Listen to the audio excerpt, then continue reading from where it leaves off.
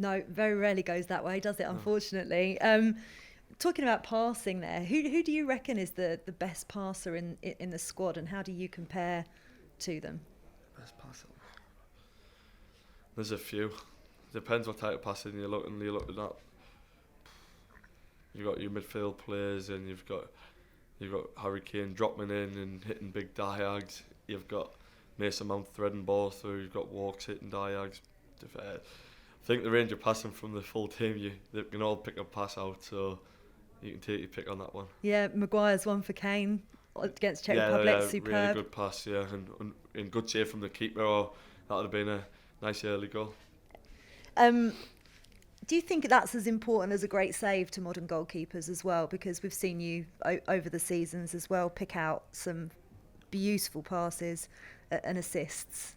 Yeah, as a goalkeeper, keep the ball out of the net, your main focus, and everything else after that's an added bonus. You've got to put your body on the line constantly, and by making saves and just helping the team. That's all I'm there to do.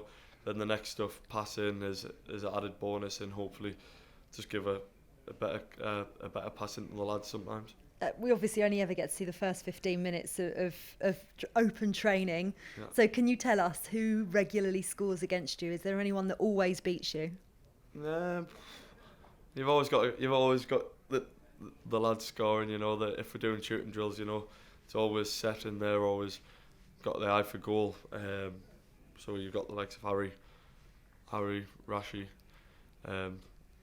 name them really. It's always you're always going to be up against it. But for us as goalkeepers, that's brilliant because you're practicing against the best, and that gets you better. Yeah, it certainly does. We've got to talk Germany. I know we've spoken about Manuel Neuer already, and I know that you were being serenaded by Ed Sheeran while the Group F bonkersness was kind of going on. What did you make of Germany in that draw against Hungary, and what have you made of them in the tournament so far?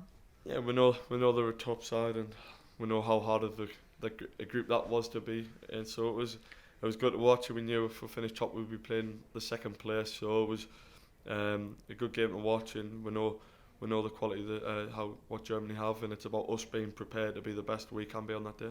You're one of the few players that have played against them. You made your debut.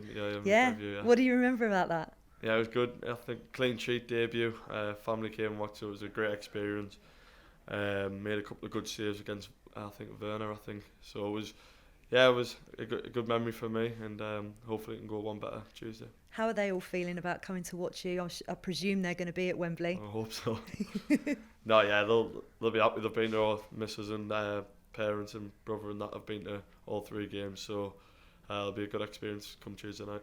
And a whole different experience playing Germany. I know everyone wants to play down the occasion, but it did feel a little bit as if the occasion got to some players against Scotland. I suppose that's pretty good practice, and a lot of the youngsters don't have the kind of England Germany baggage that us older people have, if you like.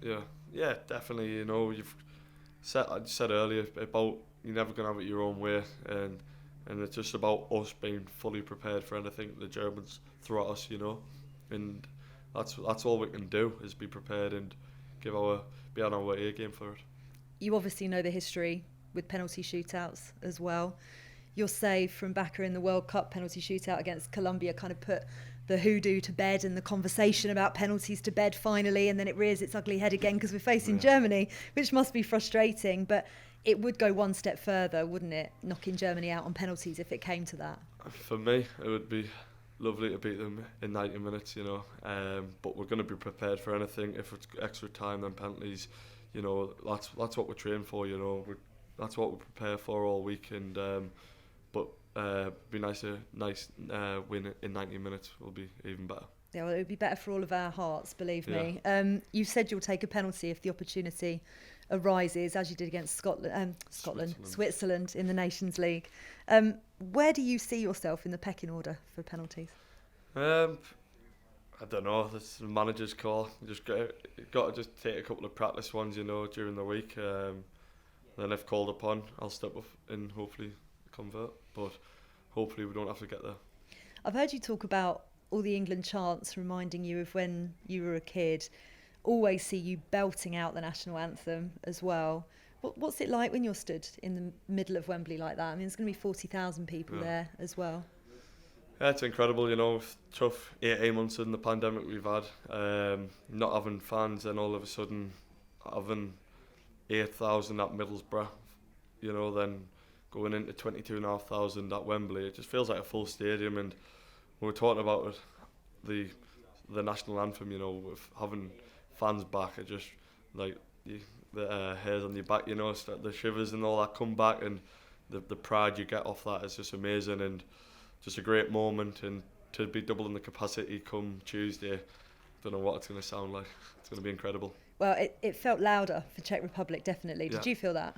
Yeah, the from the national anthem, but I felt like it was louder behind the goal. Yeah, certainly. Are we going to see anything? Get the rave on in 2018. I had to remind myself about that. I'd completely forgotten about it. Have you still got it on your boots? Yeah, I've got it on my boots. Yeah, on my Pumas. So I've got them on the outside and inside, I think. So you'll be hopefully get to see them. Any plans on another song for 2021?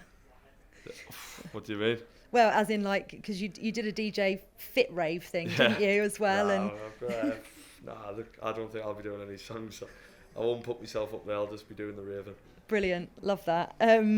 By the way, this is going to sound so random, but I saw you in the pool the other week. Was it this is just a personal question, really. Was it an inflatable pizza? Yeah, it was inflatable. I don't know what that's doing there. I think it's like inflatable pizza lilos, so the lads were just lying on the pizzas. That step up from the unicorns. Yeah, there were sharks yesterday actually, so there's a few different tools Ben and Bryce are putting out there. Brilliant, I absolutely love that. One very quick club question before I finish. Still uncertainty over who's going to take over at Everton, obviously. Is there talk about it amongst the players? How can you shut that out? Yeah, for me, just solely focused on England. I haven't really. I know me back in my mind that Everton we haven't got a manager of Carlo going to Real Madrid, but it's just my solely focus is just on England and being there for England, and that'll take care of itself as normal. Great. And we've asked everybody this question. If England win the Euros, Darren Bent has said that he'll dye his hair blonde.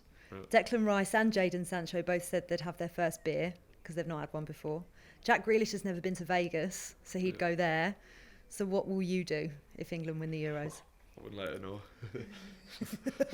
3 weeks in Vegas with Jack. That'd be carnage. Yeah, it would just be a great experience, and I'd definitely be getting the rave on for a good spell. Have you been to Vegas before? Yeah, I went to Vegas once. Yeah, it was unbelievable. There you go. You can tell him all the hot spots to go to. Yeah. Brilliant. Love that, Jordan. Thank you so much. Thanks very much. Cheers.